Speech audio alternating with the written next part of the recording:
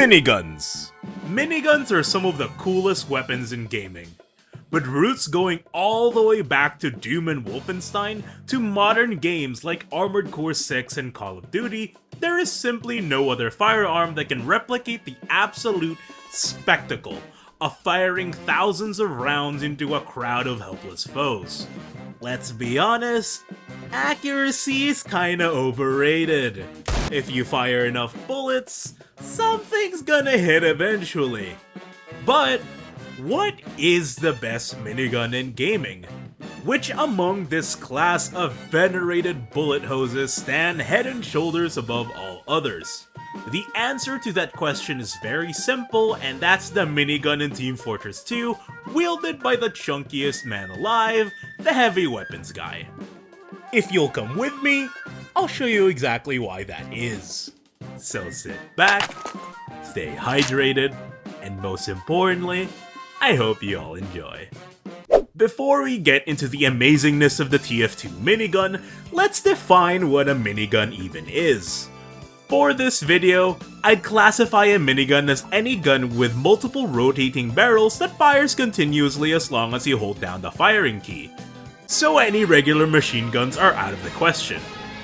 I am so sorry, Tachanka, you will have your time someday. While it isn't necessary, most miniguns in video games have a spool-up time before they fire.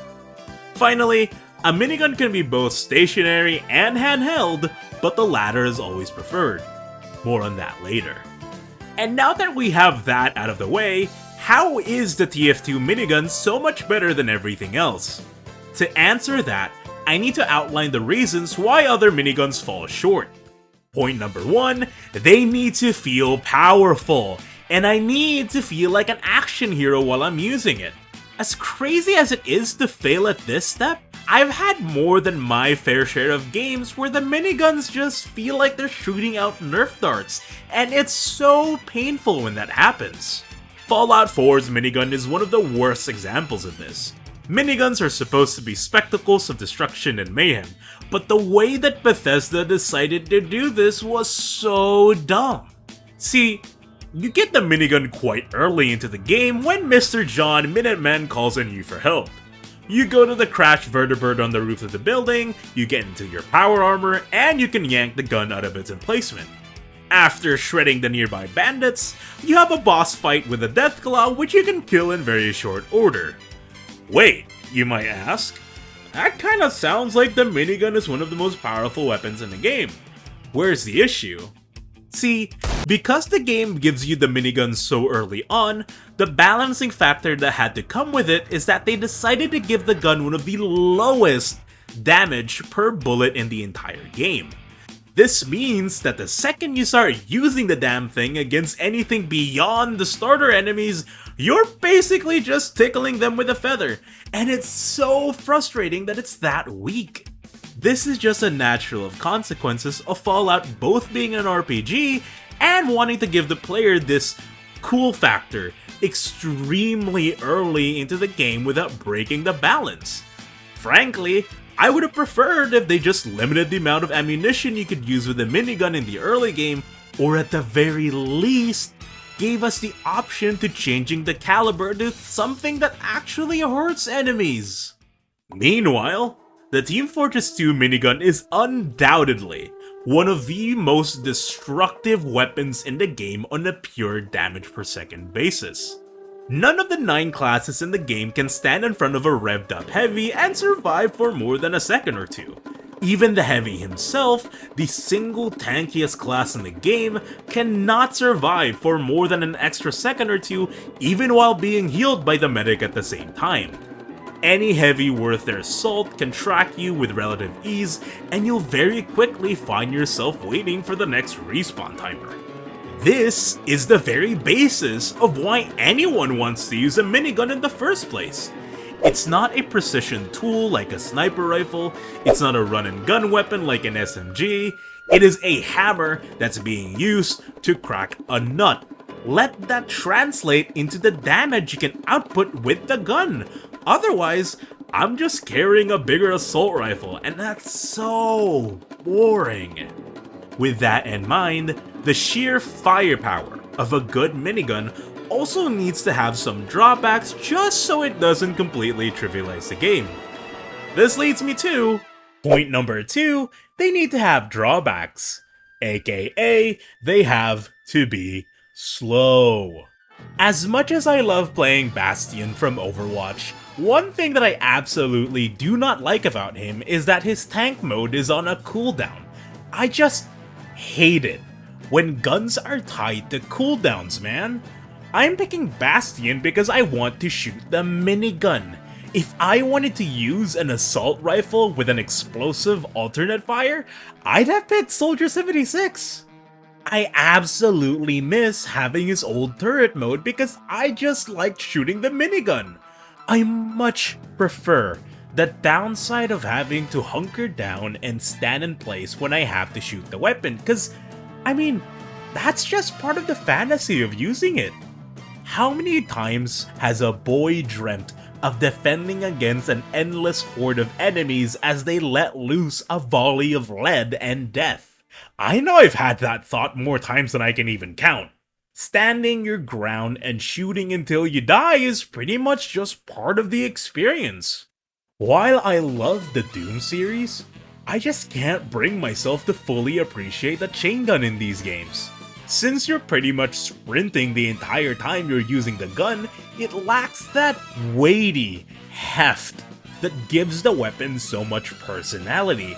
Again, it just feels like I'm using another assault rifle, and that just sucks the magic right out of it.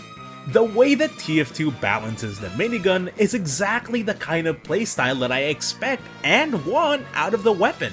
The Heavy himself is already the single slowest class in the entire game, being out by pretty much every other class by a large margin. When you're revving the minigun, your slow plodding turns into an outright crawl. This is especially of note because TF2's weapons have a damage fall-off system. This means that your weapon's damage starts to get weaker and weaker the farther your target is from you, and conversely, it gets stronger and stronger the closer you are to your target. Because of this drawback, your odds in succeeding with the weapon is heavily reliant on your choice of positioning over the mechanical demands of any other weapon. You can't rocket jump to get behind people, you can't double jump to get to high ground, and you certainly can't go invisible to sneak into the back lines. All you've got is the brain and your noggin to intuit where you need to be in order to maximize your proficiency. Here in Dr.Bodyshot's channel, we are an intellectual people, and our favorite weapons are the most intellectually demanding ones. If you believe you're of the intellectual ilk, subscribe to the channel and leave a comment about your favorite minigun. What I'm ultimately trying to get at is that the experience of the minigun trumps nearly every other aspect of how and why you design it. It is a weapon with a specific purpose of locking down an area and dictating the pace at which your enemies can engage you through your sheer ballistic threat.